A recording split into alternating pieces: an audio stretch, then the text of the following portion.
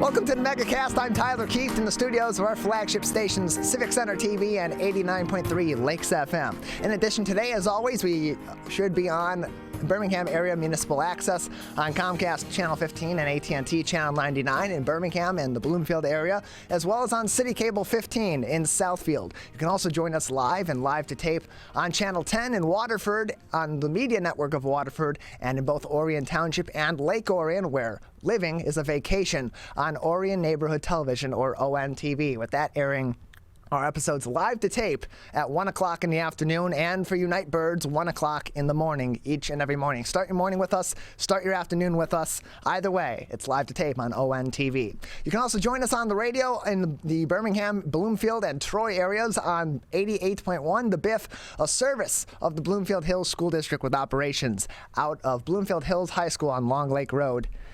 Just down the street here from us. You can also join us online. Join us on our Facebook pages at Civic Center TV 15 and at Lakes FM. While you're over there, give us a like so you can tune into all of our other original programming, such as the Splash Live, as well as municipal meeting coverage, and find updates on everything going on in West Bloomfield, Orchard Lake, Kego Harbor, and the city of Sylvan Lake as well. Also join us online on our website at civiccentertv.com, where you can learn more information about all of our original programming and our municipal meeting coverage, and find all the information you need about the Megacast. To watch us live, just click on our Watch Live link there at the top of our homepage on your computer web browser. And if you're viewing us on your web browser on your cell phone, you can go ahead and just click into the left margin of the screen. A drop-down menu will appear, and the second from the bottom of that menu will say Watch Live. Click on that. You'll have our live player open 24 hours a day, 7 days a week, or at least it should be that way.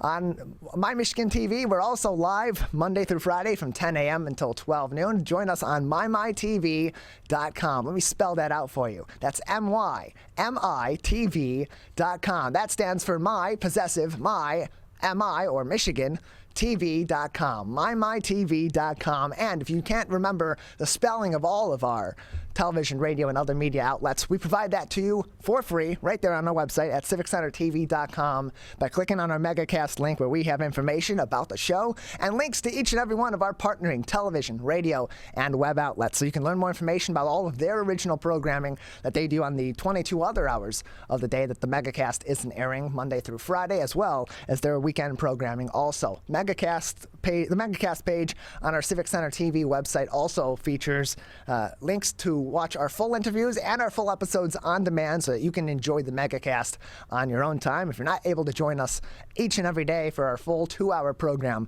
live from 10 a.m. until 12 noon. Right next door to that on our website is our coronavirus page, where we have up-to-date information provided to you by the Centers for Disease Control and Prevention, the Michigan Department of Health and Human Services, and the Oakland County Health Division on the COVID-19 front, as well as links to many of our municipalities here in Oakland County, so that in your hometown, in your place, in the town that you work, you know what's going on the COVID-19 front, what regulations are in place, what precautions are being encouraged or are mandated in certain cities, and how city business is being taken care of despite the pandemic continuing to have an impact in every area of our lives. Also on our coronavirus page, we have our top stories making headlines each and every day. And today we'll get an update from Friday's COVID-19 metrics, as we're awaiting the Monday release of those metrics, which we'll most likely have for you on tomorrow's program. From Friday, more than 25,000 people have now died of COVID-19 in the state of Michigan since the pandemic began, with 235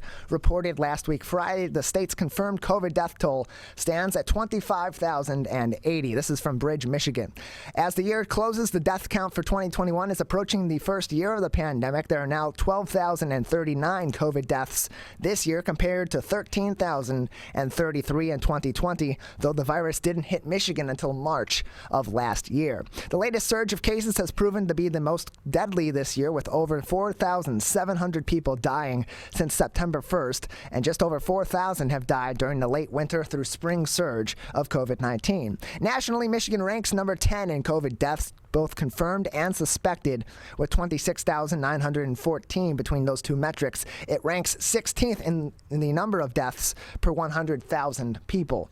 The state has the 10th most people among all states in the union. The death toll is likely to rise, with the state reporting Friday that 4,761 patients are being treated in Michigan hospitals for confirmed or suspected COVID-19, extending the peak COVID-19 hospital census that has the state asking for the federal government for 200 more ventilators to treat patients.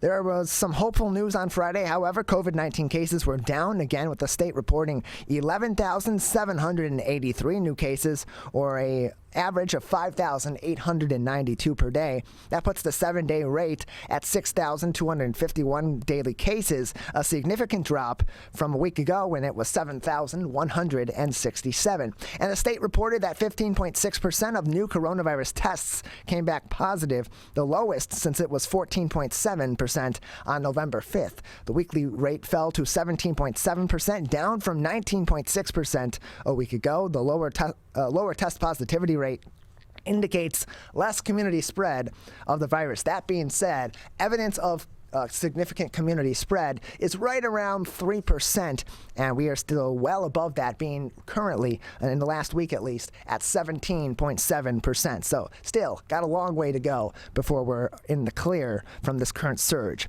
Daily case rates are falling in Detroit and all but 10 of the state's 83 counties, another encouraging sign as Michigan continues to have one of the highest overall rates of new cases in the country. That full article from our friends over at Bridge, Michigan, on our website at civiccentertv.com/coronavirus.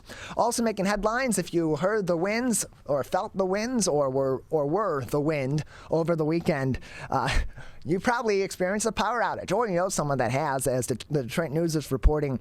Utilities are making progress, but still 200,000 plus people remain without power after high winds tore across the state of Michigan. Consumers Energy and DTE crews are making progress in restoring power in Michigan, but more than 200,000 customers remained without power as of Saturday evening after wind gusts of 60 miles per hour or more tore through the state. Severe weather started hitting West Michigan and the Lakeshore on Saturday morning and swept through mid-Michigan on Saturday afternoon, felling trees, limbs, and power lines. At 4 p.m. on Saturday, 244,055 Michiganders were without power, but by 6:30, that number had been lowered to just 212,599. Consumers Energy reported 2,303 customers without power at 12:45 a.m. on Sunday, and DTE reported 85,117. Dave Gurney, a meteorologist with the National Weather Service in White Lake, said a high wind warning was in effect until 8 p.m. that night due to a cold front moving in and causing wind gusts. Gusts of 60 miles per hour and higher were reported in several locations on Saturday. In a statement from DTE, Melissa Gleesman, Consumer Energy officer in charge for the storm event, said, quote, our crews in the field are seeing significant damage with trees snapped and lines down across our service territory. We thank customers for their patience as we wait for the winds to die down so crews can safely restore power. And of course, the winds did die down shortly after that through Sunday. Winds not nearly as significant as they were on Saturday, and crews have been working around the clock in order to restore power to those 200,000 plus people that had lost power in the high wind incident on Saturday here in Michigan. That full article from the Detroit News on our website at civiccentertv.com/coronavirus. Lastly, making headlines in Detroit, MDOT wants to transform Detroit's quote-unquote cramped Amtrak station into a $57 million hub with retail and more. Rail passengers traveling in and out of Detroit via Amtrak could see a new train station rise in the city's news center area in the coming years. The Biden administration has announced a $10 million grant, money not connected to the recently passed $1.2 trillion infrastructure bill, to help fund the Michigan Department of Transportation's longtime goal of building a new train station. The aim is a station that would not only provide a more fitting gateway to the Motor City for rail passengers, but one that would bring other modes of transportation, including buses operated by Greyhound and Indian Trails, taxi and ride-hailing services such as Lyft and Uber, as well as bike sharing into a centralized hub just west of Woodward Avenue. The Detroit News Center intermodal facility would be built at the current train station location on Baltimore Street and at a new enclosed intercity bus station to replace replace the one about 3 miles away at Howard Street near the Lodge Freeway. Access to more transportation options is considered key for the new center neighborhood, where, according to MDOT, 1 in 3 households does not have access to a car. The federal grant money will not pay for the whole project, so the state will need to provide the rest of the approximately $57 million in total estimated price tag, with gas tax revenue and registration fees being a possible source. Quote, we're hoping our almost $60 million will be the seed money for a lot of other stuff, said Jim Schultz, the project manager for MDOT. Schultz described his hope that the development would also include restaurants and shops, even a model railroad exhibit. He said the state has talked with the Detroit Historical Museum about the possibility of opening an annex there as well. He has been eyeing transit-related developments in other cities that go beyond just functional buildings, saying, quote, we just need to dream. There's other places building fantastic architecture. That's what we need to do. Noting the state is open to partnering with local officials on design. Currently, Schultz said the goal is to have a request for a proposal to build the center issued in 2023, with an opening date potentially as early as 2025. Rail advocates say it'll be well worth the investment and is a much-needed upgrade. Quote, the train station is pretty cramped. The platform is real narrow, said John Geidinger, chair of the Michigan Association of Railroad Passengers, who noted the current Detroit station platform, which MDOT would like to widen from 5 feet to 12 feet, can't currently accommodate baggage carts. The whole thing needs to be relayed out to make it more user-friendly. This is the start of that, end close quote. The station has an elevator, but it's too slow to move passengers efficiently from the 1,696 square foot waiting room on the main floor to the upper level platform for boarding, so most have to haul their luggage up a stairwell to catch a train or down after they arrive at the station. Neither the current train nor the bus stations comply with the Americans with Disabilities Act, or ADA, requirements, according to MDOT. Quote, customer amenities are limited to seats, a ticket window, and a bathroom. The nearest food option is a White Castle store across busy Woodward Avenue. Passengers board out in the open, exposed to Michigan's weather. The platform narrows at key junctures, a hazard for everyone, but particularly those who use wheelchairs, according to a description of the train station from MDOT's grant paperwork on this issue. The current Detroit Amtrak rail station was built as a temporary facility in 1992 and opened for service on May 5, 1994. 30 years later, this facility meets neither customer expectations nor operational requirements, said MDOT spokesman Michael Frizzell. In this statement. The station is on Amtrak's 15-stop Wolverine route, which connects Pontiac to Chicago via cities such as Troy, Dearborn, Ann Arbor, and Kalamazoo. According to MDOT, the 3-decade-old train station served more than 72,000 passengers in 2019. Greyhound averaged more than 39,000 passengers that year from the Howard Street station, which MDOT bought in 1989. The pitch for the new station doesn't just rest with boosting amenities for rail passengers. However, space for mixed-use development, including retail, would also be envisioned in an area with access to Q-line stops, local DDOT and smart bus services, and more parking close to key institutions such as the DIA, Techtown, and Wayne State University. MDOT would also sell off the almost 30-year-old Greyhound station on Howard Street. The department pegs the value of that property at approximately $3.3 million and move those buses to an enclosed 12-berth building on the opposite side of the railroad tracks, connecting the train and bus stations by tunnel. MDOT had previously planned to relocate buses from Howard Street to the existing Amtrak station, but abandoned that effort in 2019 when they determined the available space was insufficient. Lieutenant Governor Garland Gilchrist described the connections that a true intermodal station, one that connects multiple modes of transportation, could mean for the city, saying, quote, this is going to be a hub for innovation when it comes to better connecting our communities and our people. I can't wait to see the connections and relationships that are built because we have this center of excellence, frankly, here in the heart of the city. I'm excited about what it means and what professionals and innovators are going to be able to deliver for transit users and for people who are doing business in that part of the city, in a recent interview he did for an MDOT podcast. In an interview with Fox 2, Detroit Transportation Secretary Pete Buttigieg said the United States would, quote, always be a car country, but, quote, you shouldn't have to take 2 tons of metal with you anywhere that you need to go, and closed quote. Funding the Detroit project means more options for travelers, said Buttigieg, quote. This means you could take a bus and then a train and connect directly, which means that from any number of destinations really around Michigan that serve Detroit by bus, that's just a 2-seat ride, one on the bus and then one on the train to get to just about anywhere else in the country. That helps people to get where they need to be. It creates options and alternatives, and that's good for economic growth, too, he said in a statement. That full article with connecting articles as well, so you can get more information and more context on the potential for the remodeling of that Amtrak station in Detroit is on our website, civiccentertv.com/coronavirus. We have a great show ahead of you today. Coming up next, we'll speak with Dr. Chris Smith, the board chairperson for the Michigan Coalition to Prevent Gun Violence. At the bottom of the hour at 10:40, we'll be joined by Rabbi Goldberg, the founder and global director of Kids Kicking Cancer, and Richard Plowden, chief martial arts therapist, as well, to talk about the Hero Circle inspired by the children of Kids Kicking Cancer. At 11 o'clock, J.J. Conway, the founder of Conway Law, will join us to talk about the changes in insurance waivers as the COVID-19 pandemic continues on. At 11:20, we'll be joined by Rick Bloom from Bloom Advisors to talk about financial planning as we head into the thick of the holiday season and approach the end of the year. And then we'll cap off the show at 11:40 with rocker and children's author Paula Messener. That's coming up next. You're watching and listening to the Megacast. When times get dark, we can't see the help that's all around us. When you don't know where to turn, let 211 be your guiding light.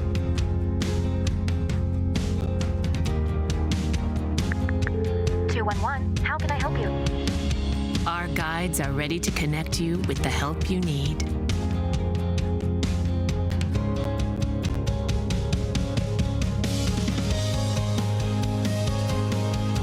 For help with food, healthcare, mental health, and other resources.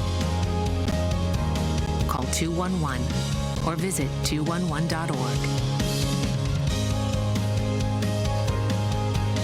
211. Get connected, get help.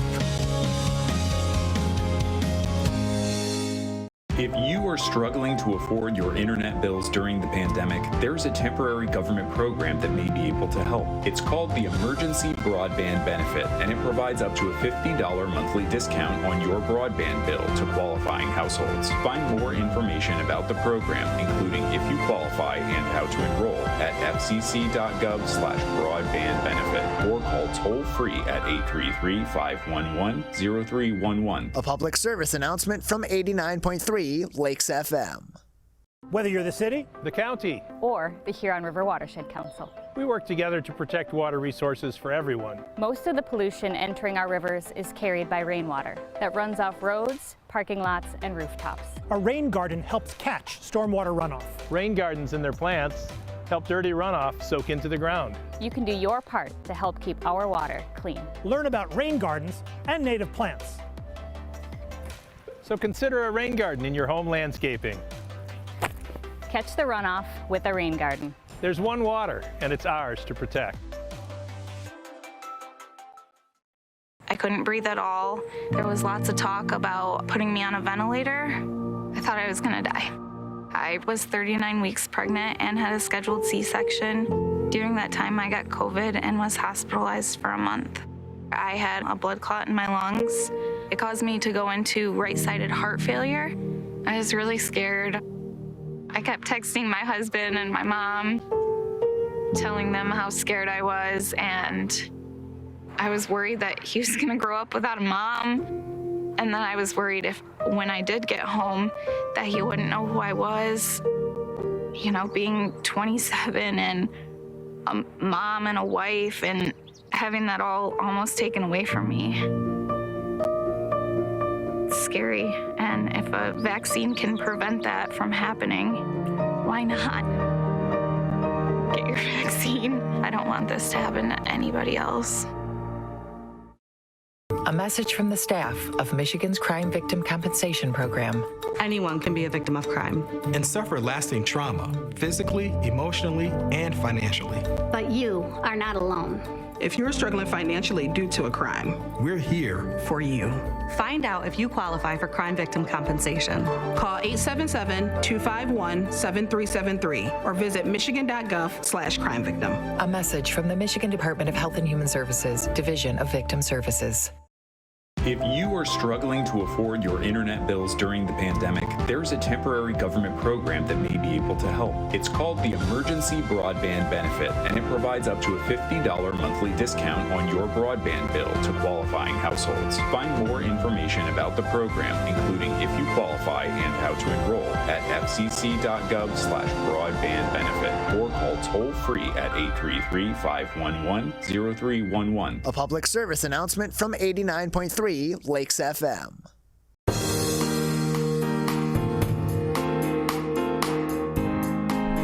Welcome back to the Megacast. I'm Tyler Keefe here in our studios in West Bloomfield Township, although we're broadcasting throughout Oakland County and all across the state of Michigan on a number of different outlets. Learn more information about everywhere that you can view us live to tape, and on demand by going to our website at civiccentertv.com and clicking on our Megacast link.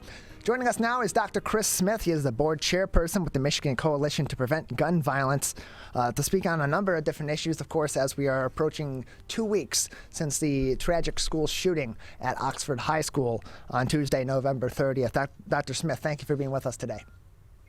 Thank you for inviting me.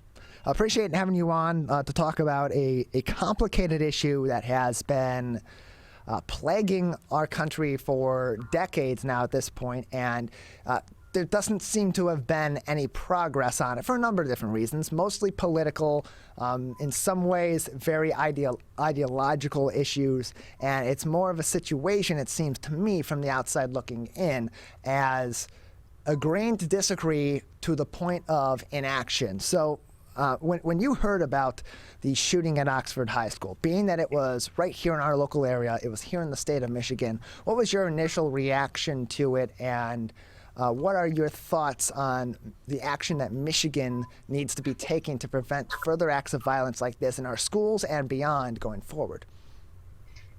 Well, of course, I was shocked. This is something we all can relate to. We've all been students in school, and to picture our own experiences. Many of us have been parents and had kids gone through school where, as these events occur around the country, we have concerns about our own children. And now I'm a grandparent, anticipating my grandchildren moving through school. And so often the big events have been elsewhere. And I think that maybe takes away some of the immediacy of concern about feeling it and doing something about it. But now it's right here. You know, this is our fellow Michiganders. And it is a moment to try to discuss and consider things to do. The first reaction we often see is, how can we bunkerize schools? How can we turn them into security bunkers? And I think we do have to think about security in schools. We can't ignore that.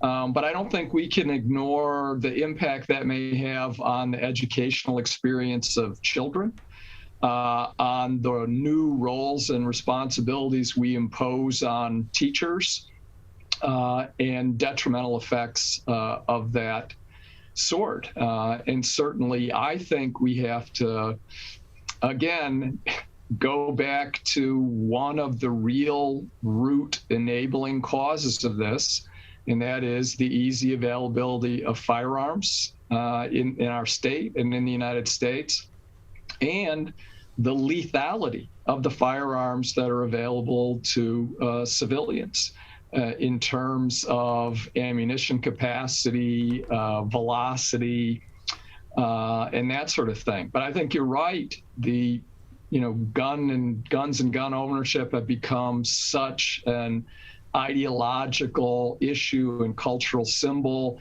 that it has really impeded our ability to identify the common ground that I think is available to us on specific facets of the issue of gun availability and the types of guns available. We're joined by Dr. Chris Smith, board chairperson with the Michigan Coalition to Prevent Gun Violence, joining us on the Megacast. So I'd like to ask for your opinion on the next steps that should be taken. But before that, I want to give you an opportunity to discuss a little bit about what the Coalition to Prevent Gun Violence's goals are in terms of the gun issue. As far as I know from reading into your organization is not focused on preventing people from obtaining guns, but in prevention rather of acts of violence or tragic accidents that may happen by a lack of responsible gun ownership. Is that correct? I would say that is accurate, although may require a little further explanation. We respect the Second Amendment. I mean, I'm a professor of criminal justice at MSU for many decades. I teach about the Second Amendment. The Second Amendment has been interpreted by the Supreme Court to protect a right of gun ownership for law-abiding Americans, and we respect that, and it kind of works against everyone's purposes for those who claim that any regulation of guns is a secret attempt to take guns away from everyone. That can't happen because of the Second Amendment. Now, while we do respect the right to gun ownership, we do question the nature of guns that are available to the civilian population. My son is a military officer. He's an infantry officer. We have these discussions about the lethality of the AR-15, for example, and other kinds of semi-automatic weapons that have very large ammunition capacity. In the worst case scenario of permitting these things in civilian hands, or even by permitting, I don't necessarily mean every possession is lawful, but it's easy enough for people to obtain, was the Dayton, Ohio mass shooting in their restaurant bar area in August of 2019, where the shooter was able to shoot 26 people in 32 seconds. 26 people in 32 seconds. And I think that should raise serious questions for us about what is made available when the Supreme Court has said the fundamental purpose is self-defense in your home. And so other specific kinds of things that we would want people to talk about and consider: safe storage laws to keep firearms away from kids, and extreme risk protection order laws that other states have. So judges, based on evidence, could temporarily remove from people in emotional or mental health crises firearms from their home. 2/3 of the people who die from firearms, it's suicides. And we need to focus on that as well. So we're trying to point out there are facets to this issue we ought to be able to talk about to reduce risk and reduce harm, without people raising a hue and cry about someone's trying to take away all my guns. And we really would like to advocate a research, evidence-oriented view of gun policy. What does research say about what has been done in various states that reduce the rate of deaths and injuries? Don't act on ideology and belief, act based on available social science research. So, Dr. Smith, in comparison to statute, in comparison to law in other states, what are some of those, in your opinion and in the opinion of your organization, some of those holes in the law here in the state of Michigan on the gun front that may be not necessarily encouraging events like what we saw at Oxford High School and other mass shootings, but may not be preventing them?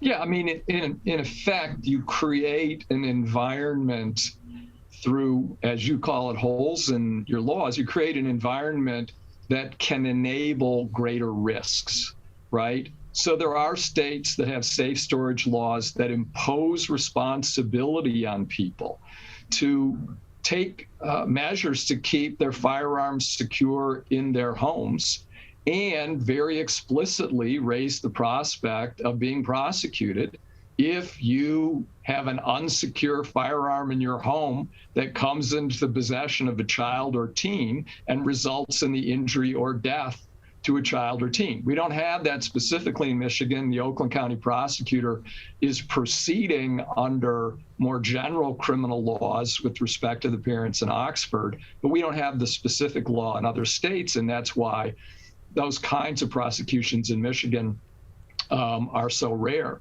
There's a dozen other states that have detailed laws about family members and police can go to a judge and present evidence that somebody is in crisis in order to temporarily remove guns from the home.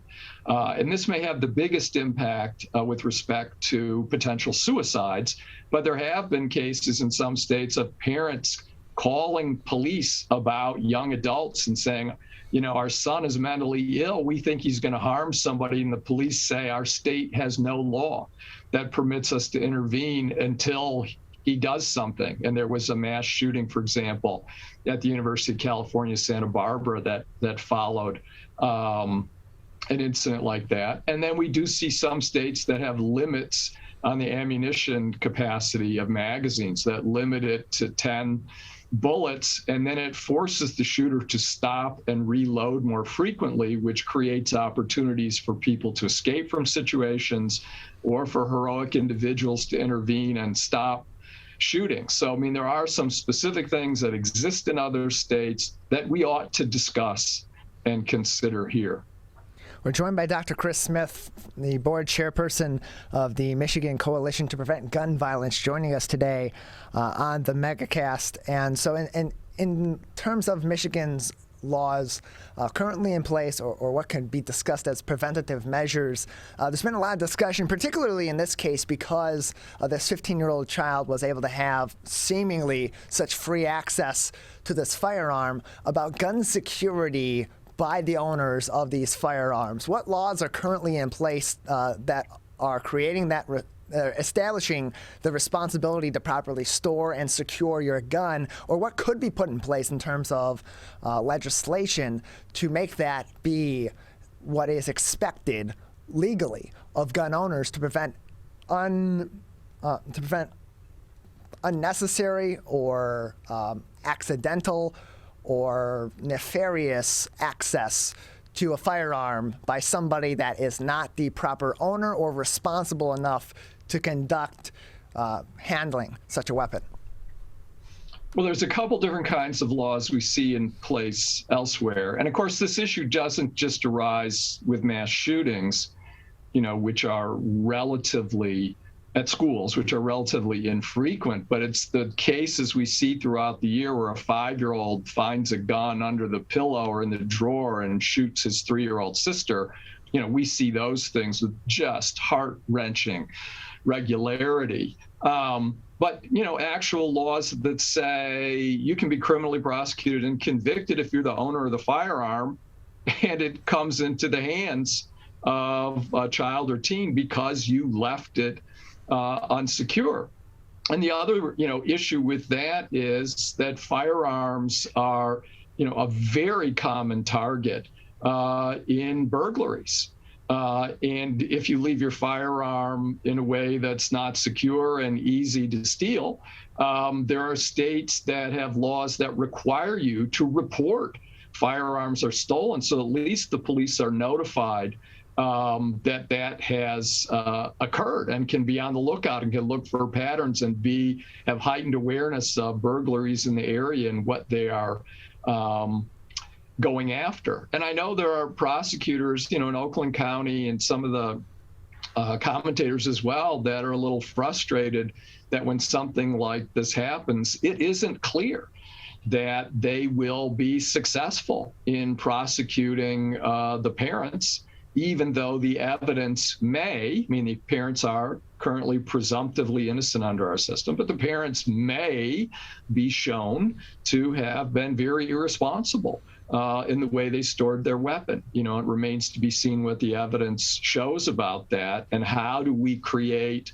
incentives on people? How do we deter conduct that increases risk to children in ways that really cause harm to society? And we would like to see the legislators, there are proposals in the legislature, and we would like to see them permitted to get hearings so that evidence could be heard from experts and there could be discussion by legislators from both parties of these issues.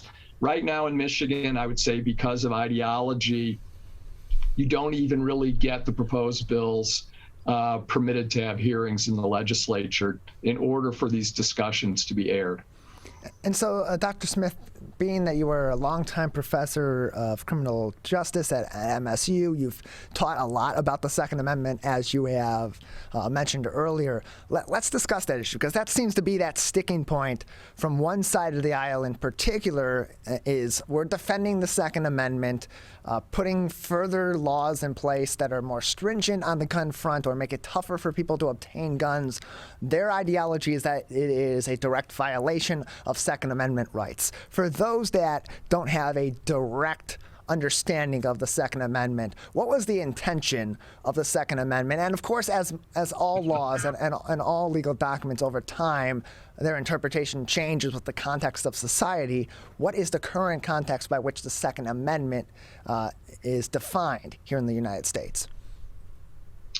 Well, I would just remind people that the words of the Second Amendment begin a well-regulated militia being necessary for the security of a free state. And so there is a debate in the Supreme Court and among legal scholars about whether this amendment was solely about states being able to arm their militias without the federal government disarming states, or whether it was about individuals being able to own firearms. And in 2008, in a 5-4 vote, as close as you can have it on the Supreme Court, for the first time ever, right? I mean, the amendment was written in 1791, but it wasn't until 2008 that there was a majority on the Supreme Court to say, oh, wait, that stuff about the militia, that's just sort of an introduction. This is really about individuals being able to own firearms. So that's still subject to debate. But the key thing here is the current Supreme Court definition of the right under the Second Amendment is a right for law-abiding adults to keep handguns in their homes for self-defense. That's the limited definition of the Second Amendment. They're currently going to decide a case about whether states have an obligation to be freer in the way they permit people to get concealed carry permits or permits to carry in public. So there may be an expansion on the horizon about carrying. But the Supreme Court has never said weapons of war, large ammunition magazines, banning those violate the Second Amendment, or requiring people to lock things at home violate the Second Amendment. They have not said those things at all. And that's why those are all in play as policies for us to consider. And the state of our laws is not because of the U.S. Supreme Court. It's because of decisions and non-decisions by our legislature, which, as you say, are partly fed by people's beliefs about the Second Amendment, because much of the discussion about the Second Amendment is really people saying, here's what I want it to mean. It's not really about the legal definition of the Second Amendment. Dr. Smith, just another couple minutes with you before we'll say goodbye. We're a little bit over time. Anything else at this moment that you would encourage Michiganders, both in leadership positions at the state level and common citizens like you and I, to be considering at this moment in time on this issue, so that we can have productive conversations and make the necessary changes that we need to prevent further acts of violence like we saw 2 weeks ago as of tomorrow at Oxford High School? Well, I mean, I think there's a couple things. One is, we become so numb to these episodes that they just pass and fade, and maybe we block them from our minds from the trauma. But I think we need to now, especially in Michigan, be aware, hey, this can happen anywhere. This can happen anywhere. And people need to contact their legislators and tell their legislators, here's my view, here's my concern, here's my fear, and ask their legislators and ask political candidates, where do you stand? What are you going to do?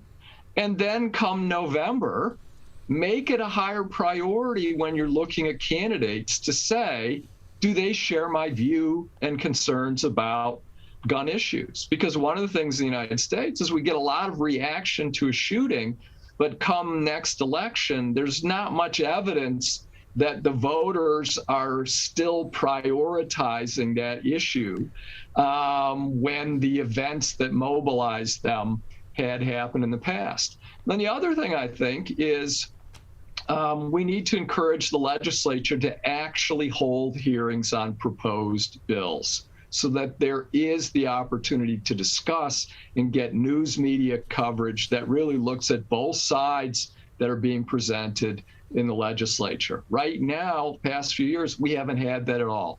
Bills are proposed and they just die as pieces of paper handed in and never get a hearing. The public on both sides of the issue deserves to have these discussions aired. And I think people should also be looking in their local communities, because there are cities that are in the state as well, thinking of ways to invest in local communities to try to reduce conflict in local communities, educate people about these problems, and there may be benefit in these kinds of grassroots programs that reach out to people and try to solve problems in neighborhoods and in communities without young people picking up firearms and thinking they need to solve their disputes themselves.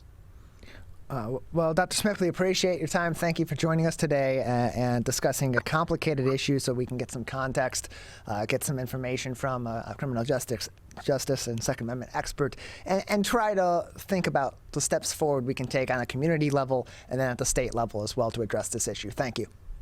Thanks for inviting me, and I do appreciate your very thoughtful approach to asking questions about this. Thank you very much, Dr. Smith. You can learn more information and get in contact with the Michigan Coalition to Prevent Gun Violence by visiting their website, Michigan Coalition to Prevent Gun Violence.org. Again, that is Michigan Coalition to Prevent Gun Violence.org. We're going to take a break, but before we go to a break, we are getting news coming in now. This is a developing story that the West Bloomfield School District has dismissed many students earlier on this morning as police have been investigating a social media threat from the Detroit Free Press.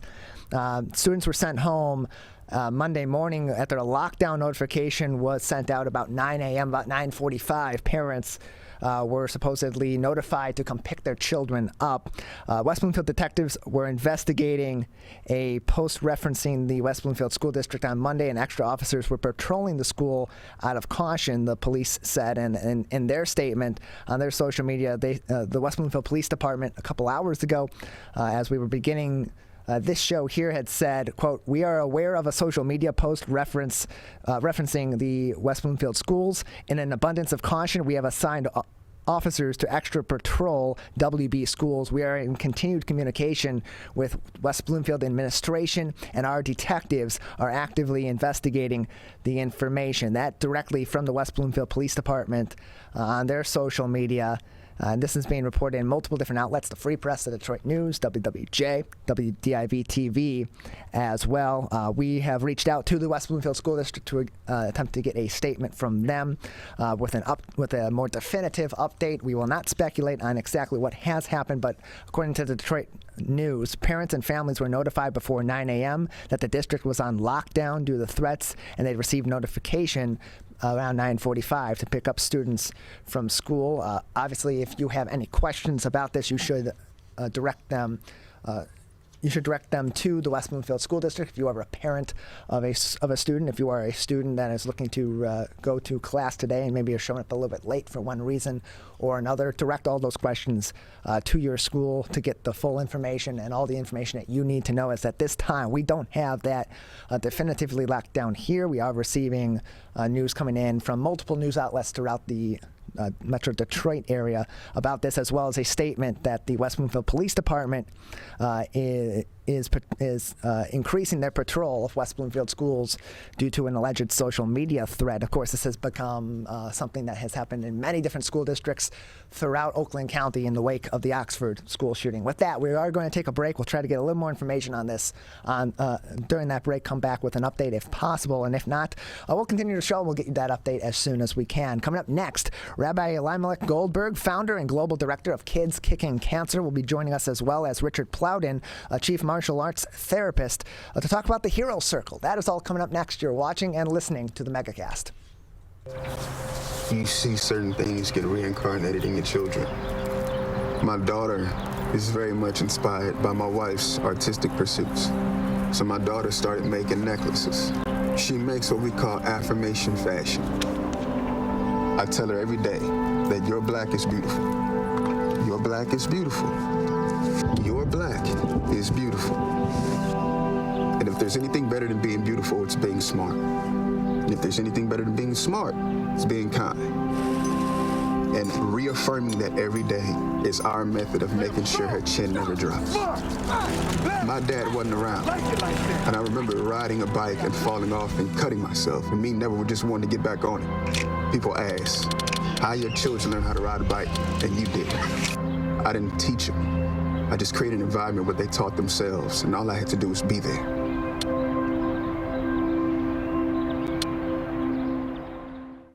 Whether you're the city, the county, or the Huron River Watershed Council. As partners working together to protect our water resources, we agree. Pet waste is the source of harmful bacteria in the Huron River. When it's left on the ground, it can wash into the storm drains. These lead directly to our streams. No filters, no treatment. Here's one thing we know that can help keep our water clean. Pick up pet waste and trash it. Pick up pet waste and trash it. So pick up pet waste and trash it. There's one water, and it's ours to protect. Who is struggling right now? I am. My son is. Many are struggling with anxiety, depression, and substance use. Before it becomes a crisis, reach out to MyCal, the Michigan Crisis and Access Line, for free confidential support 24/7. Available in the Upper Peninsula and Oakland County. Just call or text 1-844-44-MyCal or chat online at michigan.gov/MyCal. A message from the Michigan Department of Health and Human Services. Motorcyclists are hard to see. To keep everyone safer, it's important to always look for them and know where most crashes occur. 84% of motorcycle and vehicle crashes happen on streets, not highways. And most crashes with motorcyclists occur when vehicle drivers are turning left. So before turning, especially to the left, make sure you look for motorcyclists. Then look again. It could save a life. To Sophia and Gabriel. Even though these old knees can't follow on your adventure to the forest today, these flowers represent my love. These stitches and threads join us together. And wherever you see a flower, a bird, a beautiful tree, know that my love is with you. Make the forest part of your story at a park near you. Find one at discovertheforest.org. 72.7% of high school students get less than the recommended 7 to 9 hours of sleep a night. This can cause pain, obesity, and can very negatively affect your mental health. When you have a consistent 7 to 9 hours of sleep every day, you get sick less often, lose more weight, and have better relationships with those around you. For more information about the dangers of sleep deprivation, go to sleepfoundation.org. This message is brought to you by the WBHS Digital Media Arts Program and 89.3 Lakes FM. Welcome back to the Megacast. I'm Tyler Keefe here in our studios in West Bloomfield Township, although we're broadcasting all throughout the state of Michigan on a number of different television, radio, and other media outlets. Joining us now, our next guests on the show are Richard Plowden, the chief martial arts therapist at the Hero Circle, as well as Rabbi Goldberg, the founder and global director of Kids Kicking Cancer. Joining us today to talk about the 501c3 nonprofit organization that offers evidence-based martial arts therapy to kids. Gentlemen, thank you for joining us today. Thank you for having me. Appreciate having you on. So let's start with you, Rabbi. The key word here is evidence-based martial arts therapy. Explain what that is and how a program like this, you can use martial arts to provide a therapeutic outlet for children. So thank you so much. I'm also a clinical assistant professor in pediatrics. So we have been able to study the impact of intervention with children having all different types of pain. Our organization began as Kids Kicking Cancer, and many people know us as Kids Kicking Cancer. My first teacher in that world was my 2-year-old daughter, who was diagnosed with leukemia at a time that leukemia was not the very treatable disease it is today. And I found myself, after she passed away, running a camp for kids with cancer. 5-year-old child is having his port accessed inside of his chest for his chemotherapy. 2 nurses are pinning him down. The 3rd nurse has a large syringe to plunge into his chest. And he was yelling something awful. And it was so counter. I just yelled, wait, and they all stopped. Even the child stopped screaming, and they looked at me. And frankly, I didn't have a clue what I was going to say next. And I just said to the nurses, could you give me 5 minutes with this child? And they were happy to leave. And the little boy looked at me like I was the governor. I had just stayed his execution. And I told this child that I'm a black belt, which doesn't mean anything. It's a little kid. It's a wow. He said, you want me to teach you some karate? I almost jumped off the table. So it's in the martial arts, you learn that pain is a message you don't have to listen to. You can breathe in this amazing chi, this energy, and push out the pain. Watch me. And 5 minutes later, we're doing a simple Tai Chi breathing technique. 20 minutes later, they pulled out the needle, and he looked at me, and he said, did you do it yet? And that began Kids Kicking Cancer. We began a program with 10 children, Children's Hospital of Michigan.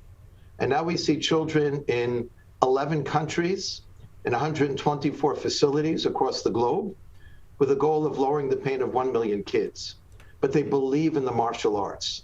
So that's a vector to get into their heads, change their pain perception, but more importantly, the 3 words we use, power, peace, purpose. We ask these children, what's your purpose? They yell out all across the planet to teach the world. And when they teach, people listen. We're joined by Rabbi Goldberg as well. It's Richard Plowden from the Hero Circle through Kids Kicking Cancer joining us today on the Megacast. So in terms of the services that are provided through this program, what are some of those services that are provided, and what children are eligible to participate in these programs? So we have 3 major cycles of the program. Number 1 is pediatric pain. So we work with children in pain in hospitals, pain clinics, literally, again, around the globe. And certainly here in Michigan, we are very well focused. The second group is children in trauma in schools. So we go into schools. There was a school that actually did a beautiful fundraising event for us before COVID.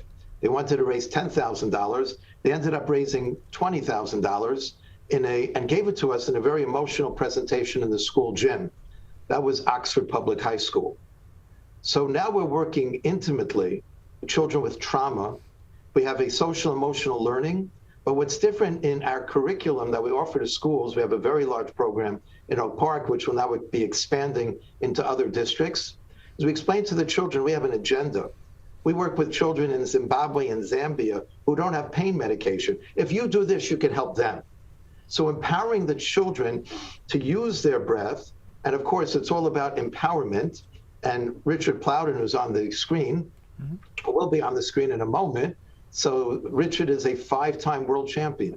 So we have martial artists teaching the children that they have the power. So it's children who are sick, children with trauma in schools and other circumstances.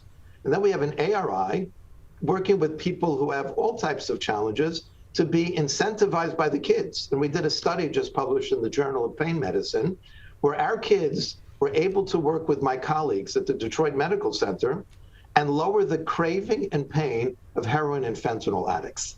So it's actually very fascinating how the Hero Circle really is a circle of allowing children in trauma to not only transcend that trauma, but have a purpose for it, because they're helping to teach the world. We're joined by Rabbi Elimelech Goldberg, founder and global director of Kids Kicking Cancer, as well as Richard Plowden, the chief martial arts therapist of the Heroes Circle. So, Richard, being a martial arts expert as yourself, as you're teaching these kids to alleviate their pain or to better channel their response to pain through martial arts, it's a complicated process because for the average person, that's not something that clicks right away. It requires a lot of training and it requires a process. So where do you start with kids who have been through a trauma, who are trying to channel their pain in a more productive way and address those issues that come from that trauma? Where do you start that process, and how typically for a child that's in this program does that come along to where the martial arts of this program are there then helping them therapeutically work through some of these issues? Well, what winds up happening is validation. And what being a martial artist and being a black belt does is right away, in a child's eyes, they think that we're supermen, right? Rabbi G likes to say that the martial artists are the people who beat the bad guys in the movies. So right away with young people, we have some level of validation. And then it's up to us to get inside their heads and let them know that they are the true heroes, that they are powerful martial artists, and that they can help to change the world. And the great thing about it is that we use the martial arts as a metaphor. It's not that we're teaching them how to spar. We have a no contact type of program. We don't do any board breaking at all, but we get inside their heads and let them know through meditations and breathing techniques that they can fight whatever is coming their way because they are powerful martial artists. And being able to get kids to buy into that, truthfully, is not as difficult as it may sound. We're joined by Richard Plowden, chief martial arts therapist, as well as Rabbi Elimelech Goldberg, the founder and global director of Kids Kicking Cancer, joining us today on the Megacast. And so in terms of your programming, particularly you, Rabbi G, over the course of the pandemic, how has your organization's operations had to change to continue to have been able to provide this immense impact positively on the lives of children who have experienced trauma, especially now the compounded trauma of a global pandemic as well, despite martial arts being such a physical and an in-person and a communicative art and therapeutic act? So the assessment of martial arts is really the power of the mind. We have literally hundreds of martial artists that we've trained across the globe, and multiple styles. The key to all of them is the power of the mind, the ability to allow the child to feel that spirit. So as you very articulately presented, there are more children who are going to die, God forbid, not from the virus, but from the mental health issues that have risen because of this pandemic. And as we're seeing that trauma grow, getting to the children even in their homes, where we can work with the child, with the parents, and with their family setting, and then bringing the children together. We have global dance parties where kids across the globe are partying together, celebrating their strength. We bring the children now virtually to teach companies how to breathe in the light and blow out the darkness. So as I mentioned, even though we started teaching children, we have evolved where the children are teaching adults. Just with adults, we talk slower. So the ability to allow the children now through a virtual platform to remain connected, to remain committed, to focus on their inner power and focus on what they have versus what they have not is really the key to success. And we're seeing this blossom, and we're seeing, Tyler, the need growing significantly. So how does the program help children that have been dealing with the stress, particularly of a cancer diagnosis or other major disease diagnosis? Because that psychologically, that is a great toll for any person, for an adult especially, but for a child, they're going to have a different reaction to that. They're going to have a different thought on that because at that young an age, whether it be a small child or even a teenager or someone late in their youth and their teen years, there's always going to be a different reaction to that as they are facing a potential tough road ahead or potential death even from a horrible disease. You know, before COVID, I was teaching in a hospital in Milan. And they brought me, the doctor asked, would I meet this young lady? She was just recently diagnosed with a terrible tumor. She was healthy 2 weeks ago. Now she's facing disfigurement and possible death, and quite depressed. And as soon as I met this young lady and she was surrounded by her doctor and her mom, I looked at her and I said, you know, I have an agenda. There are a lot of kids in this hospital, a lot of younger children who could so use our meditative, our breathing, our techniques of empowerment, but our best teachers are young people who are going through it. You'd be an amazing teacher for us. If I could teach this to you, would you be willing to help other kids? Like all of a sudden a light turned on inside of her head. Like there's a purpose what I'm going through. We did a 10-minute meditation and you could see her face and her affect change within minutes. And when she opened up her eyes after that breathing meditative technique, I asked her, how do you feel? And she said, fantissimo. I feel fantastic. Her mom and her doctor started to cry. What I did was nothing but give her a sense of purpose as well as a technique of regulation. In the old days, we used to teach in medical school there was a pain center in the brain. It's not true. There's a whole neuromatrix, which means that if you're afraid, if you're angry, there's no purpose to the pain. The actual nociception, the pain message, scoots all the way up. And again, we've done functional MRIs. We can see it. When you give a child the ability to have a purpose for what he or she is going through and give them a regulatory technique to actually take control and feel that they can control their pain, we can see black and white and different colors in an fMRI that you can lower the pain of a child. And so let's go back to Richard. Richard Plowden, the chief martial arts therapist of the Heroes Circle, a global healing and wellness initiative inspired by the children of kids kicking cancer. Richard, for parents that are dealing with a child that may be experiencing trauma, whether it be medical, whether it be psychological, something they've experienced at school and other areas of their life, if they're not able to get into a program such as Kids Kicking Cancer or into another form of martial arts or some therapeutic effort such as this, what are some steps that they can take at home to encourage their child to address these issues using the power of the mind and techniques that martial arts employs to help children address these issues through programs like Kids Kicking Cancer? Well, as Rabbi said, you know, the strongest weapon that any of us has happens to be our brain, and being able to get inside the heads of young people. Well, first get inside the heads of parents, because one of the challenges that we have is not the young people embracing our program, but really getting past the gatekeeper who happens to be the parent who thinks, wow, martial arts and my kid has cancer. Those two don't seem to match up. But once we explain to them the power of meditation, the power of our breathing techniques, then they wind up buying in and becoming really supporters for, we've seen individuals become supporters for decades. But in answer to your question, the key is, again, for the parents to get inside their heads and offer encouragement to young people, because being diagnosed with a particular disease, I hate to put it like this, but it's not really a death sentence.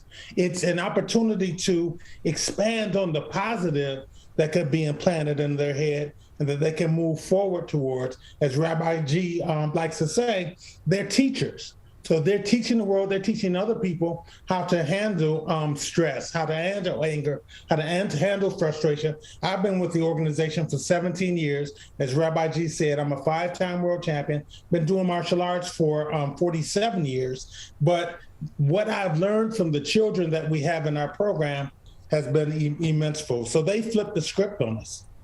And I would also add just one thing, that wherever a parent is today, go onto our website, because there are opportunities now for us to work with children, again, literally across the planet on a digital platform. We're joined by Rabbi Elimelech Goldberg. He's the founder of Kids Kicking Cancer, as well as their global director, and Richard Plowden, the chief martial arts therapist. And so, both you gentlemen, this is a fantastic program that's helping so many children in a unique way address their traumas, particularly on the psychological side of things, which, of course, has an immense impact on the entire reaction of their body and their recovery from a trauma, or the process of continuing to go through and deal with the trauma as it's ongoing. So at this moment in time, for your 501c3 nonprofit organization, what are the best ways that our community can help support the efforts that you're doing by supporting these children in this unique way? We have multiple opportunities to just sign on to our website, kidskickingcancer.org. We have many volunteers, but because we're a clinical program, we need to be able to have coordinators and therapists that we train do this full time. So we are always in need of expansion to be able to build our program, the ability to build it here in the southeastern Michigan and to continue its growth, to reach more kids. Yesterday had a beautiful holiday drive-by party for the kids, and to see their smiles despite being in cars and not only getting their treats, but wearing their uniforms, being powerful martial artists. We invite parents of children who have pain and stress and trauma to join us.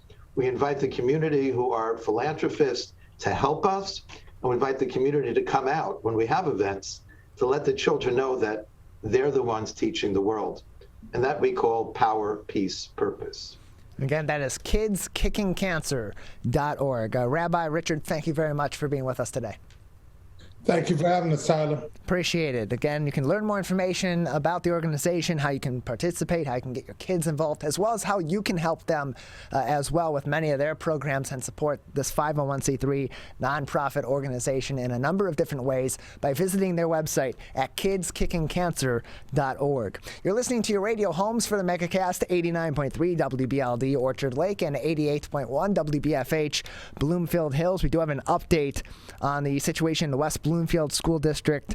This is from a statement that was sent to West Bloomfield High School, Middle School, and as well as Chico and Doherty Elementary School families this morning regarding the situation there, saying, "Good morning, WB. We cannot confirm or deny the threat against West Bloomfield schools. Therefore, out of an abundance of caution, we will be releasing students from schools today in an organized fashion." And so here is the way they've been releasing students. Release of students has been ongoing at the high school level. Student drivers were released first. Siblings are the only ones that were allowed to drive with drivers. So if a student had driven to school and maybe their brother or their sister had taken the bus or some other situation, if they're able to carpool together, but friends of certain students were not permitted to carpool with those other students. That began at 9:30 this morning. Bus dismissal began at the high school at 10:10 a.m., just about an hour ago. Well, and parent pickup began at 10:50 a.m. From the main lot and is ongoing at the middle school level. Parent pickup is currently ongoing as well and began at 9:45 a.m. And then at the middle school and the elementary school level, if parents are unable to pick their kids up, there are ways the school district is working around that. If you cannot pick up your student from the school, this is per the statement from the school district, students will be brought home via bus at the early release time of 12:42 p.m. From the middle school, from West Bloomfield Middle School. Early release time of 12:42 p.m. by bus. Students will be brought home if you are not able to pick your student up at West Bloomfield Middle School. At Chico and Doherty, same situation. Parent pickup is ongoing as we speak. I just checked before the last break outside our front window here at Green Media Center on the campus of Chico Elementary School as parents are lined up picking their kids up. Parent pickup continues to be ongoing at both Chico and Doherty Elementary Schools in the West Bloomfield School District. They do encourage you use your normal school car lanes for pickup. The process will be slower than usual due to the situation, as students will all be released at one single time.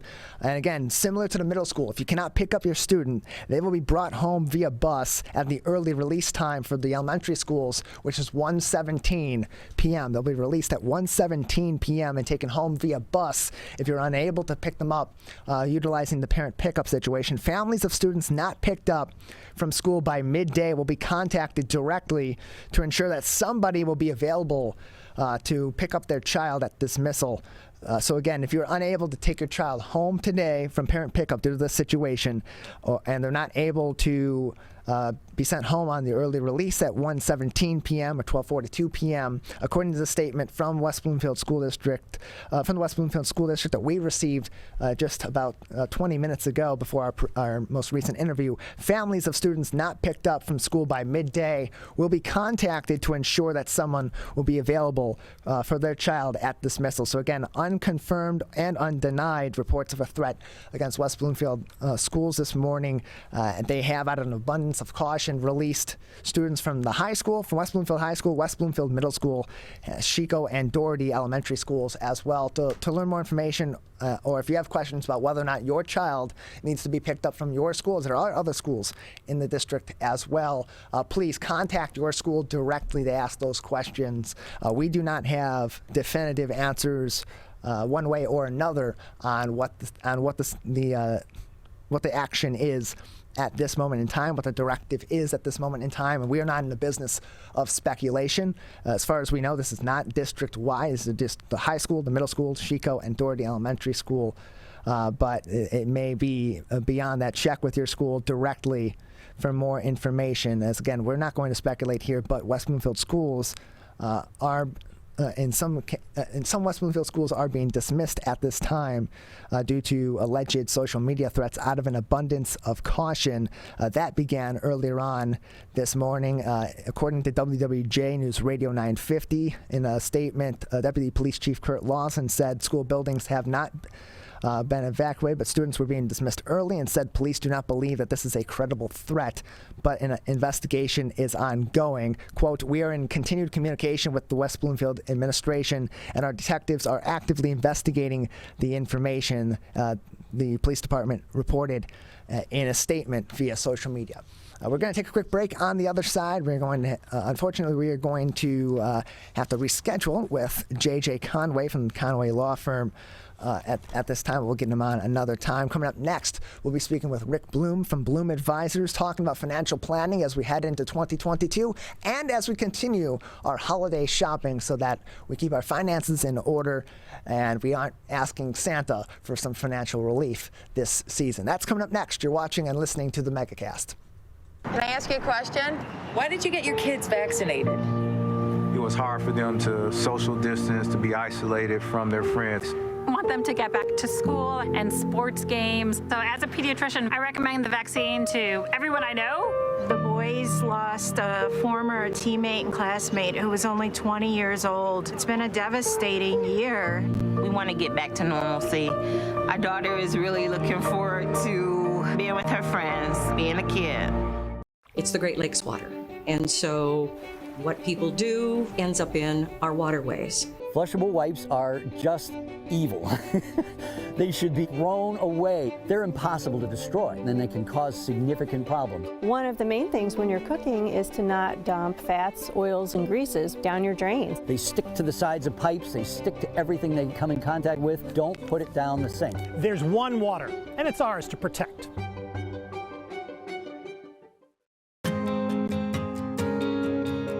When times get dark, we can't see the help that's all around us. When you don't know where to turn, let 211 be your guiding light.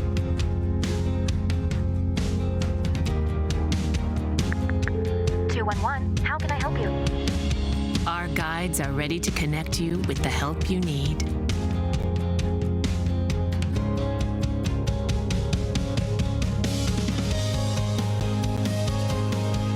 For help with food, healthcare, mental health, and other resources. 211 or visit 211.org. 211. Get connected, get help.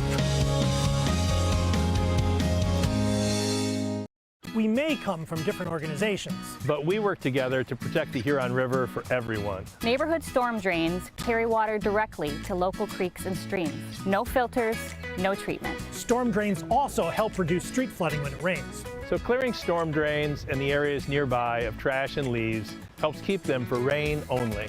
It is easy to do your part by adopting a storm drain. Find a storm drain, check it, and clear it every month. So keep storm drains for rain only. There's one water, and it's ours to protect.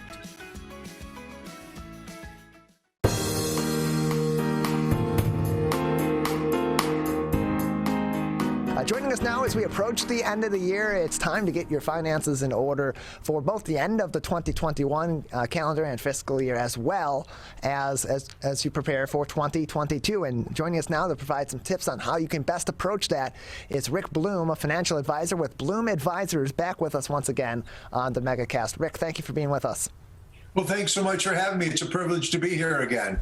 Appreciate having you with us. So, Rick, as we are in the thick of the holiday season, people are doing their holiday shopping. They're getting ready for a large family get-togethers like they had with Thanksgiving, like they'll have during the other holidays throughout the month of December and New Year, and the New Year as we head into January as well. That can be tough for people to stay on budget, however, because they're doing so much spending outside of the norm, particularly in the month of December and even late into November. What advice do you have for folks that are trying to keep their financial life in order during the holiday season, especially as we're getting toward year end?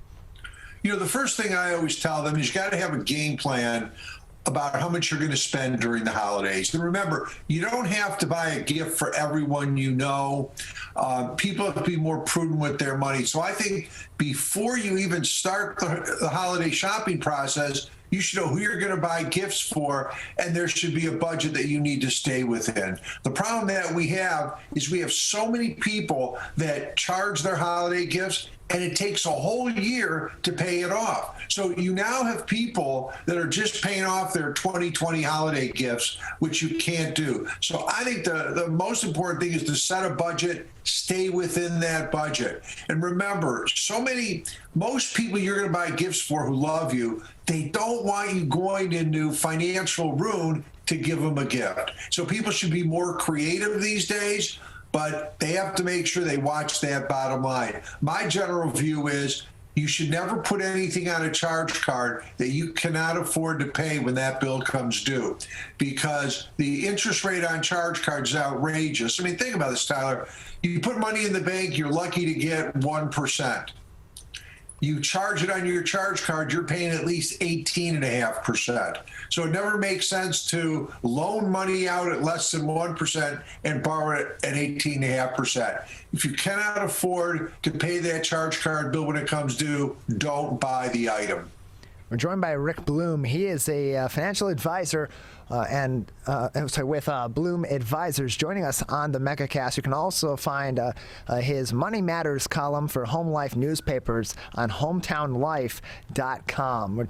And so on top of the additional spending that's typical for many during the late area of November and through December and the holidays each year, now especially given the pandemic, given the last couple of years that we've been through, and just the nature of today's society, a lot more of that shopping is also being done online. What advice do you have for your clients and for the general public, and how they can keep their finances both in order with online shopping, but also safe as well from the cybersecurity standpoint?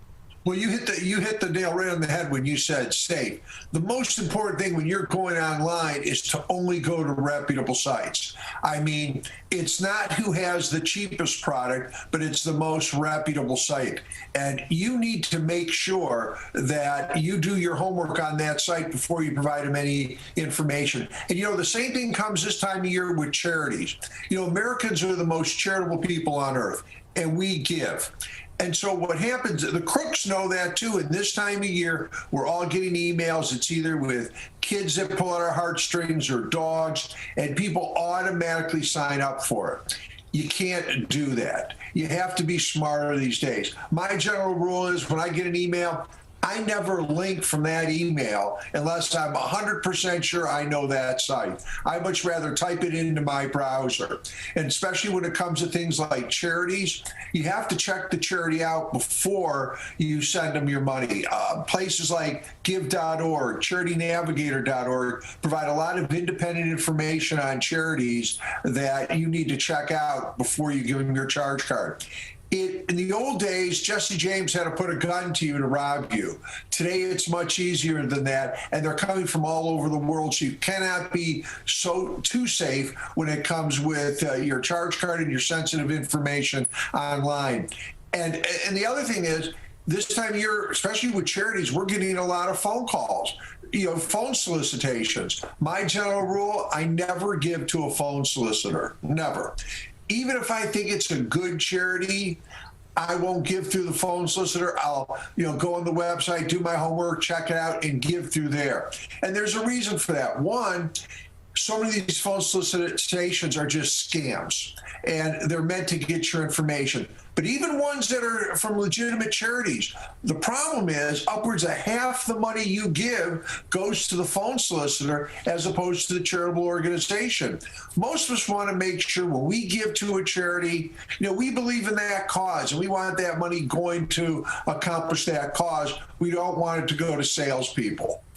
So you cannot be too safe when you go online. And my number one advice, it's not the cheapest, because you can always find something cheapest, and that's where people run into problems. They think, oh my God, this is selling for $200 everywhere. I can get it for $50. Well, there's a reason for that. And also, there's a lot of fraudulent goods on the market these days that you think you're getting an original product, but you're not. So you really have to keep your guard up, when you go online. And the way I tell people is only use reputable sites. If you've never heard of the site and, you can't get independent information from it, walk away from it. Yeah, and on that front, too, with the phone callers, it's something that's similar to what we see, what the advice we see from the Better Business Bureau and other entities in regard to companies that may be calling, saying, hey, there's been a charge on your account with Amazon or with Target or with Walmart or with any of these different businesses. Their advice is to don't do anything over that phone call. Don't do anything with that email.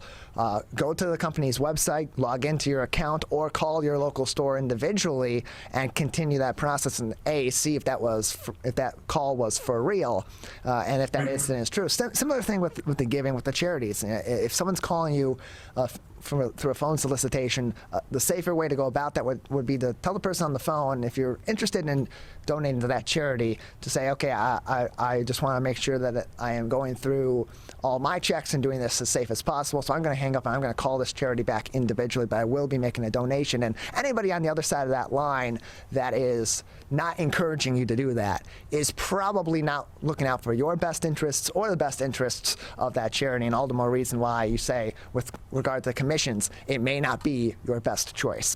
Right. And, let me just also say about that is if you ever get an email from an entity like the IRS, ignore it. Yeah. Don't even respond to it. I mean, we've seen a lot in Oakland County. A lot of people have been taken by all sorts of frauds when it comes to the IRS. The IRS is not going to email you. They're not going to call you on the phone. They're going to send you a letter. So if you get a call, and it happens to a lot of seniors in our area, that they owe money and they have to pay it immediately, they're going to be arrested. Well, hang up. And even if it says IRS, Internal Revenue Service, on the caller ID, the crooks are smart these days, but we have to be smarter. So the same advice applies whether it's the IRS or the state of Michigan taxing authorities. So if you get an email, ignore it.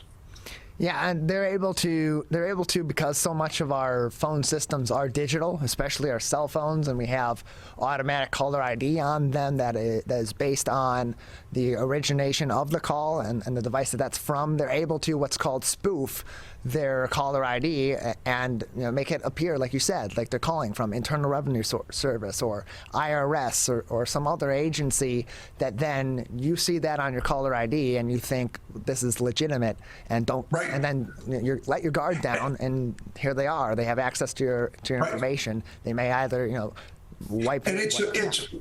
And once they get that information, it's amazing what they can do.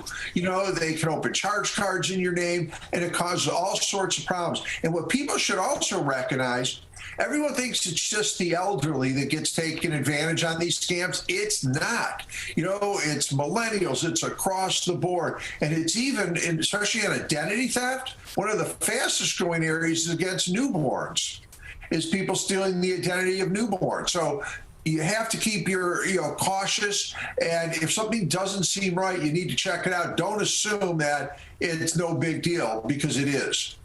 We're joined by Rick Bloom. He is a financial advisor with Bloom Advisors, joining us today on the Megacast. And so in terms of precautions or protections, are there any that you can put in place with your bank accounts, with your investment accounts, with your personal information like your social security number and your credit?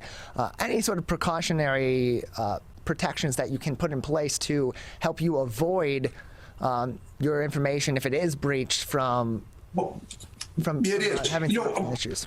Just like most of the brokerage houses these days, and the same thing with charge card companies, will send you notices whenever there's activity on your account.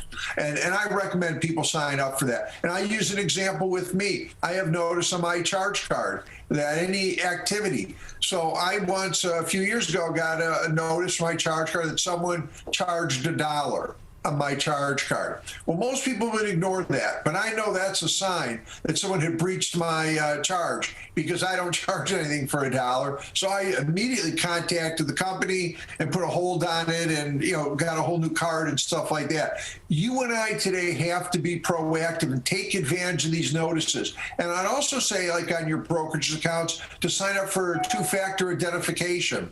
It's a little bit of a hassle, but it's something that we need to do. We tend to think that, it's not going to be me, I'm not the wealthiest or this or that. It happens to every one of us. We're all potential victims to identity theft. So, you have to take security seriously. Two-factor identification is important, but also putting notices on all those accounts, any activity that you're going to be getting notice on. And if you didn't do it, you need to contact them immediately. Yeah, and then there are other protections also that you can put on your social security number and information, and your credit information with the credit bureaus. Precautionary. Right. You don't necessarily need to have some sort of incident to prove to them that you need this protection. You can just do it, and then they're notifying you when there's any sort of an attempt, even, of an inquiry. And I'll give you an example. I have all three of on the major credit bureaus. I have my account frozen on all three of them. So if I ever need to, I'm getting a new car, so they have to run my credit or something, I'll unfreeze it for that short period of time and then refreeze it. It's a hassle, but you know what? It's worth it, because if your identity is stolen, it gets to be a major, major hassle, and it is expensive to resolve it. And it just doesn't happen overnight. It can take years and years really to overcome that. Yeah, it can, and so you want to be able to take that action right away, or precautionary, take that action so that if there is an incident, you know about it right away. Because oftentimes, like you said, there'll be these little tests that come through, whether it be a $1 charge on your charge card that kind of gives them a test of, is this the information I'm looking for? Does this work? Or an inquiry made on your credit that then goes through and ends up being an account that they get charges racked up on, and that can have a huge impact on your finances. And I'd also tell people what I tell them to do all the time: you get a statement, review it for accuracy. And if there's a mistake, contact that company who issued the statement immediately. When you get, let's say, your 401k statement, you'll get it at the beginning of January. You should make sure that all your deposits were accurately accounted for, and that if there are any withdrawals that you have, that they're on there. But if you didn't have any withdrawals and then they show up on there, there's a problem. mistakes do happen. People think banks don't make mistakes and big financial companies don't make mistakes. They do. And you and I are last line of defense. So we have to be proactive. We get a statement, we should review it for accuracy. We're joined by Rick Bloom of Bloom Advisors today on the Megacast. And Rick, at this point in time, many people are changing jobs. We've had mass resignations, people that have been leaving jobs for other jobs. There are a lot of job openings as well. And as people are transitioning from one job to another, they may have a potential to leave their company through a buyout. What should people who are offered buyouts be taking into consideration before they either accept that buyout or continue the negotiation about potentially leaving their job? Right. Well, I think that, first of all, everyone has to look at their own individual situation. Everyone likes to think, well, what is everyone else doing? Well, that's immaterial. You need to look at your own individual situation, particularly some of the buyouts that we've seen recently through the auto industry. You have to look at your situation saying, am I going to retire anyways? If you're going to retire anyways, then those buyouts sometimes are worthwhile. If you're not going to retire, if you plan to work for a few years, some of those buyouts aren't so good. So I think the key is to look at your own individual situation and then to decide, if I'm going to retire, do I have the income to retire, or am I going to have to get another job? Yes, jobs are plentiful, but we also have to realize that for seniors, or really people over 50, sometimes the job market is very difficult. I think you need to look at also what benefits are they providing you? Are they providing you health care for a period of time? It's just not the buyout number. As you mentioned earlier, it's about all the perks that are also go along with it. But I think individually, you have to look at it in your own individual situation, coordinate with your spouse and things of that nature. I've seen so many buyout offers in my career. Some are good, some aren't so good. But the most important thing is look at your own individual situation. We're joined by Rick Bloom of Bloom Advisors today on the Megacast. And Rick, end of the year, beginning of the new year, it becomes time for people to also be considering their health insurance, especially if they've switched jobs or employment situations as well. Early December is when we see the deadline for Medicare open enrollment. Do you have any advice for people who are trying to navigate that open, often space and that often confusing landscape of healthcare benefits? It is confusing, particularly for Medicare D prescription drug plan. And what I always tell people is, on the Medicare website, there is a prescription drug finder. It is a very good tool to help you figure out what's best for you. And that's where I tell people to start. And also, when it comes to prescription drug plan, a lot of people think husband and wife need to sign up for the same plan, and they don't. You need to look at your own situation individually, and don't assume that the plan you had last year is just as good as this year. Plans change, and also, let's face facts, our healthcare situation changes. And so you have to look at this anew. But I would tell people that Medicare.gov, the prescription drug finder, is a wonderful place to begin your search. They have a wealth of information. And for a lot of people, it is relatively easy because you're typing in your prescriptions, and they're then providing what plans are covered through those. It gets a little more difficult for someone that has multiple, many drugs. Then it gets a little more difficult. We're joined by Rick Bloom of Bloom Advisors on the Megacast. Rick, just another couple minutes before we'll say goodbye today. Any other advice as we head into the thick of the holiday seasons and approach the end of the year? Well, I'll tell you one thing I think everyone should do is look at their own individual situation, decide whether they should do a Roth conversion. Roth conversions provide great opportunities. The benefit is Roth IRAs are not subject to income tax. So when you withdraw money from a Roth IRA, it's tax-free. In addition, Roth IRAs are not subject to minimum required distributions. So you can let money grow tax-free for as long as you choose. And if you pass away, that money goes to your beneficiaries income tax-free. So I think, and no matter what age you're at, you should look at doing a Roth conversion. And my general rules are, 1, you have to have the money to pay the tax without touching the money you're converting. 2, by converting the money, it won't throw you into a higher tax bracket. And 3, that you can generally leave it there at least 5 years. If you meet those three criteria, it makes sense to take advantage of a Roth conversion. And particularly someone that may find that in 2021 they're in a lower tax bracket because of job situation than they normally would, it gives them an opportunity. So I think it's a great opportunity to convert tax-deferred money into tax-free money. People should take advantage of Roth IRAs, Roth conversions.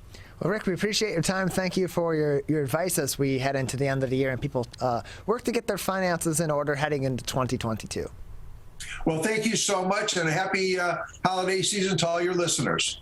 We may come from different organizations, but we work together to protect the Huron River for everyone. Neighborhood storm drains carry water directly to local creeks and streams. No filters, no treatment. Storm drains also help reduce street flooding when it rains. So clearing storm drains and the areas nearby of trash and leaves helps keep them for rain only. It is easy to do your part by adopting a storm drain. Find a storm drain, check it, and clear it every month. So keep storm drains for rain only. There's one water, and it's ours to protect.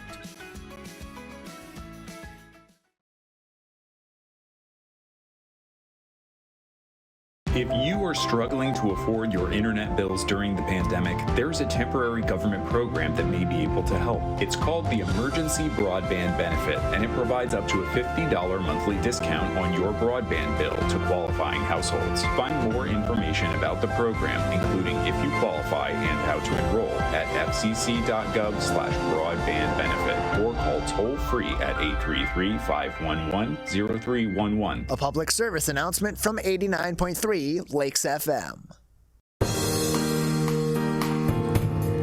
Welcome back to the Megacast. I'm Tyler Kieft here in our studios in West Bloomfield Township, although we're broadcasting all throughout Oakland County and around the state of Michigan on a number of different television, radio, and web outlets. You can find more information by visiting our website, civiccentertv.com, and clicking on our Megacast link, or just typing in civiccentertv.com/Megacast. Joining us now is Paula Messener, a rocker and a children's author, once again with us back on the Megacast. Paula, thank you for being with us again. I'm here and ready to rock again. Yes, ready to rock again, this time in a very festive manner. You were with us a few months ago, told us about your story going from a rock musician to a children's author and musician. For those that weren't able to tune into that interview or don't know your story, can you give us another summary of that once again? Yes, I put out a book called 6 String Stories, and it's a musical journey. It's 8 of my favorite songs that I wrote, and I got my illustrator, Marty Blackwell. She brought those songs to life visually, so it is a really fun little short story book. There's 8 stories in it, and you can purchase it on MissPaulaMusic.com. We're joined by... Oh, please continue. It's a good Christmas gift. It is. Again, MissPaulaMusic.com if you'd like to purchase that as a holiday gift as well. And so one of your first children's songs was entitled Ken Lost His Head. Can you share the story behind that song with us? Well, Ken's head pretty much got ripped off by my daughters and was always lost. So you find Ken's head everywhere. So I thought, I got to write a song about this. It's so silly. And Ken lost his head and Rebecca found it. And you know what? To this day, it's still missing. So everyone has their holiday traditions. The holidays are upon us. What are some of the traditions that you've carried on in your family? Or are there any new ones that you started recently? Well, I'm going to have an open mic cookie exchange white elephant gift party. That's going to be a new thing with the open mic. I have this cookie exchange every year, and I really enjoy it. And we sing Christmas carols. We call them speed carols. We sing them really fast just because it's different. And that's about it. Nothing really new, but I do a lot of stuff at the holidays. So, and one of them was I wrote a new song called Baby's First Christmas. Well, if you'd like, go ahead and play that song for us, so we can hear a little bit of Baby's First Christmas. Baby's First Christmas. Hop out of bed before the break of dawn. I peek out my window. Hey, what's on the lawn? So big and shiny, candy cane red, jam-packed with toys. Sleigh bells ringing loud and clear for all the good girls and boys. Baby's first Christmas, there's lights all over the tree. Baby's first Christmas, everything is red and green. Baby's first Christmas, there's toys all over the place. So have some fun on your first Christmas, Merry Christmas Day. Family in the house, lots of love in the air. Pies in the oven, pumpkin, peach, and pear. A mistletoe is hanging up, got stockings by the fireplace. Cookies on the table, so Santa can have a taste. It's baby's first Christmas, lights all over the tree. Baby's first Christmas, so many things for you to see. Baby's first Christmas, there's toys all over the place. So have some fun on your first Christmas, Merry Christmas Day. Very nice. That is Baby's First Christmas by Paula Messener. You can learn more about how you can get Paula's music on her website at MissPaulaMusic.com. That is MissPaulaMusic.com. I understand you have another Christmas song that you've created as well. I do. I rewrote Jingle Bells. Oh. You know, it needed a rewrite. So I wrote some kind of more modern day verses. Should I sing it? Yeah, absolutely. All right. I'll kind of try and do the condensed version. Okay.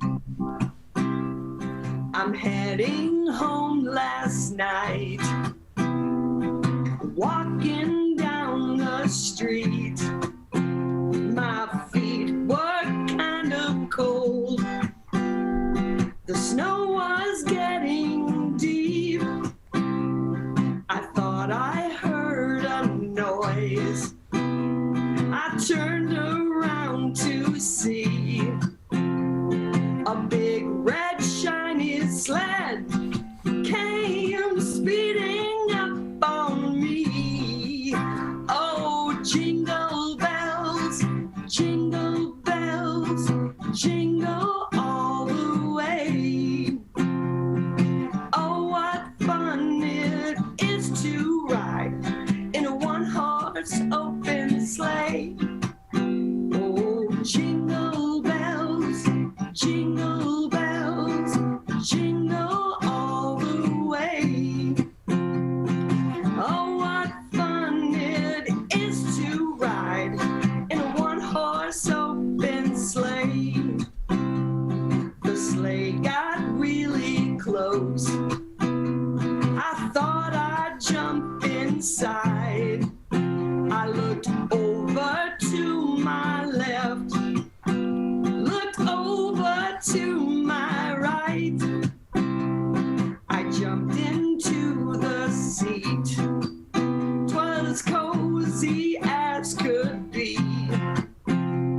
I felt like I could fly, so I shouted out with glee. Oh, jingle bells, jingle bells, jingle all the way. Oh, what fun it is to ride in a one-horse open sleigh. Jingle bells, jingle bells, jingle all the way. Oh, what fun it is to ride in a one-horse open sleigh.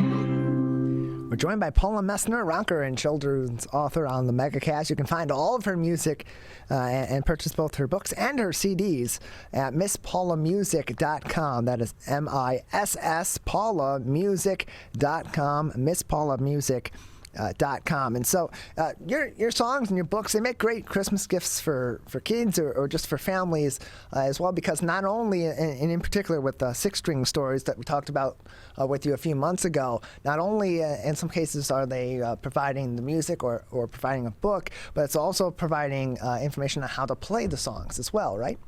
Yes, the sheet music is included. So whether you play an instrument or maybe your folks do, you know, the children's family or just somebody, and you can sing along, you can download the music and play along. And I am hoping to inspire kids that don't play music to see that sheet music and say, wow, I want to play an instrument.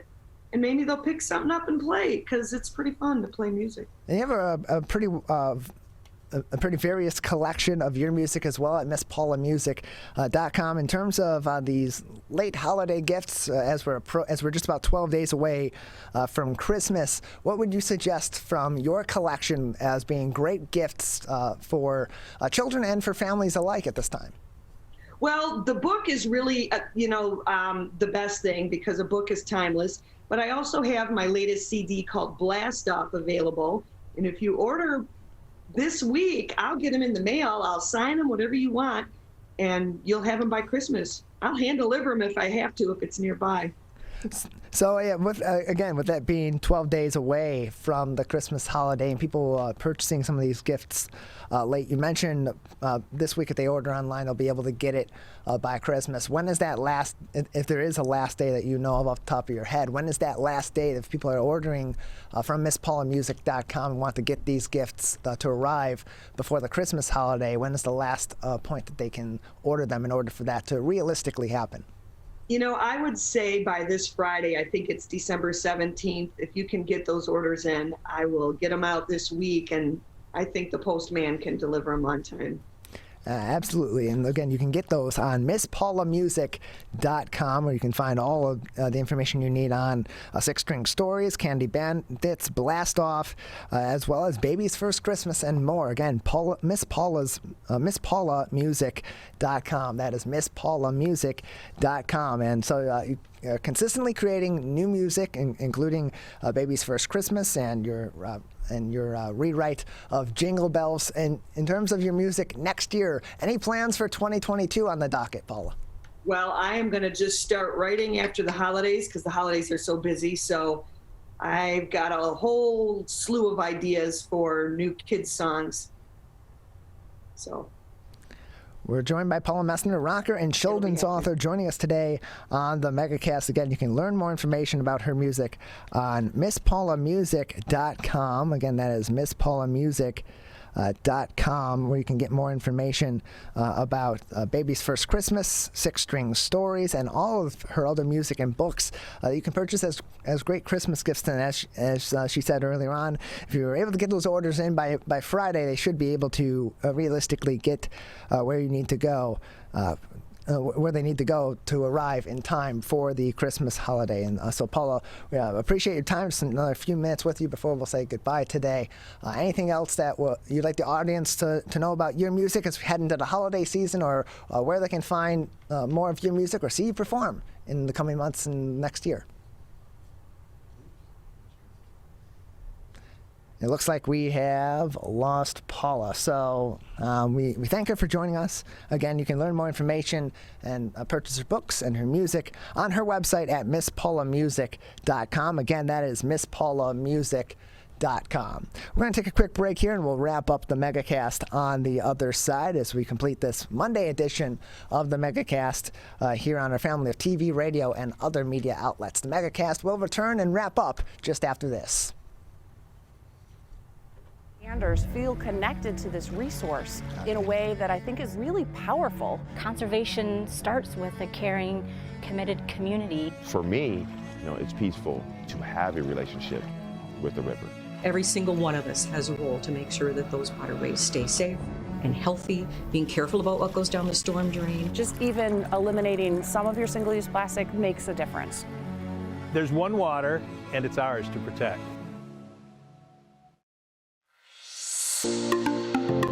Did you know that nearly 3.31 million Americans don't get their annual checkup? Going to the doctor regularly is extremely important and is a crucial factor in maintaining good health. Make sure you are visiting your local doctor often and telling them about any health concerns you have. For more information, contact your local healthcare provider. This message is brought to you by WBHS Digital Media Arts Program and 89.3 Lakes FM.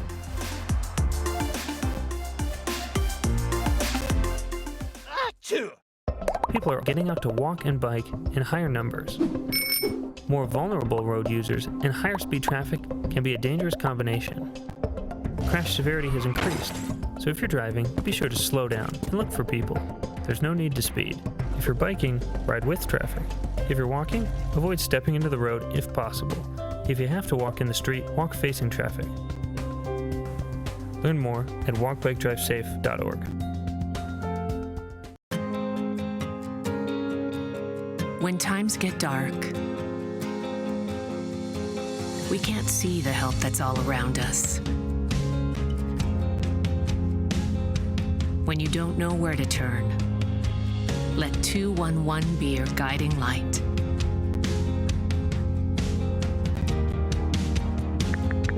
211, how can I help you? Our guides are ready to connect you with the help you need.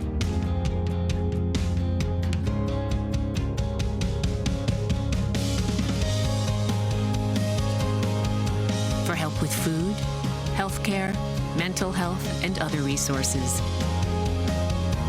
Call 211 or visit 211.org. 211. Get connected, get help.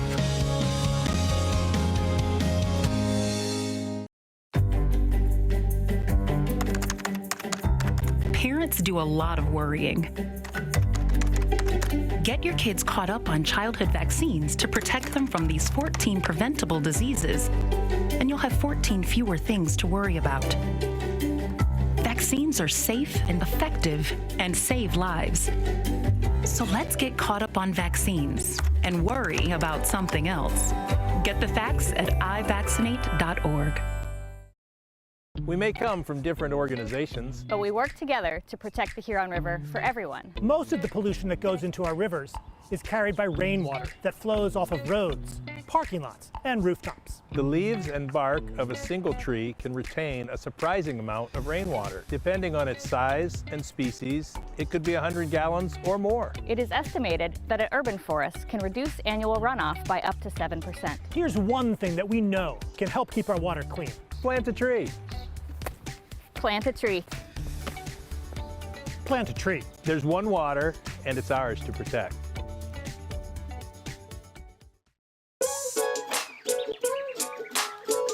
One of the things you can look for in your friends is a change in behavior. These can be big changes, they can be small changes in mood, physical appearance. They may be sleeping less or sleeping more, drinking more, or their eating patterns may be different. One big change that can be pretty obvious is change in motivation. Do they no longer want to play basketball? Do they no longer want to play video games? Now that we're spending more time online and in virtual settings, it's really important to pay attention to the language that your friend is using and the words they're using to communicate. So when we text our friends, are they taking longer amounts of time to respond? Are they not responding at all? You don't have to be an expert to try to recognize these signs. The second that you feel it in your gut and that you're concerned, that's the second to have the conversation and open the door to what might be going on. Whatever gets you talking.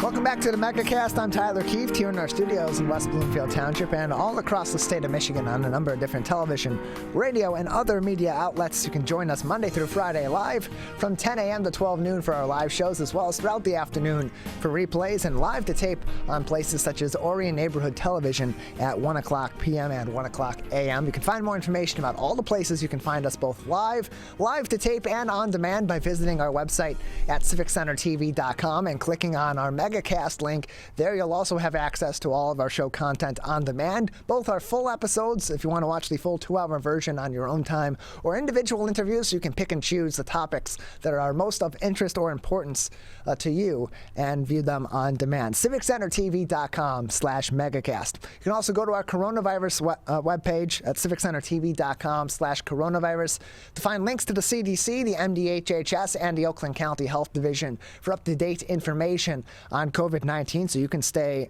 updated on everything that you need to know about the spread of COVID-19 in our communities and throughout the state of Michigan, on COVID-19 vaccines, booster shots, and more information, precautions that you can take, and any regulations that may be in place in your local municipality here in Oakland County or throughout the state of Michigan by the MDHHS. Big thank you to all of our guests today. Paula Messener, rocker and children's author. You can find her music on MissPaulaMusic.com. Rick Bloom from Bloom Advisors for joining us as well. From Kids Kicking Cancer, Rabbi Elimelech Goldberg and Richard Plowden for joining us to talk about that program, and Dr. Chris Smith, the board chairperson for the Michigan Coalition to Prevent Gun Violence, all for joining us on this edition of the Megacast. And once again, you can find all of those interviews on demand, usually by mid to late afternoon, on our website at civiccentertv.com by clicking on our Megacast link. So if you missed any of that information, you'll be able to find that for yourself. Again, we do have some more information from the West Bloomfield School District's closing on Monday. The school district was in contact with the police department, and detectives were investigating a post referencing West Bloomfield's school district and other schools in the area with a threat over social media this morning.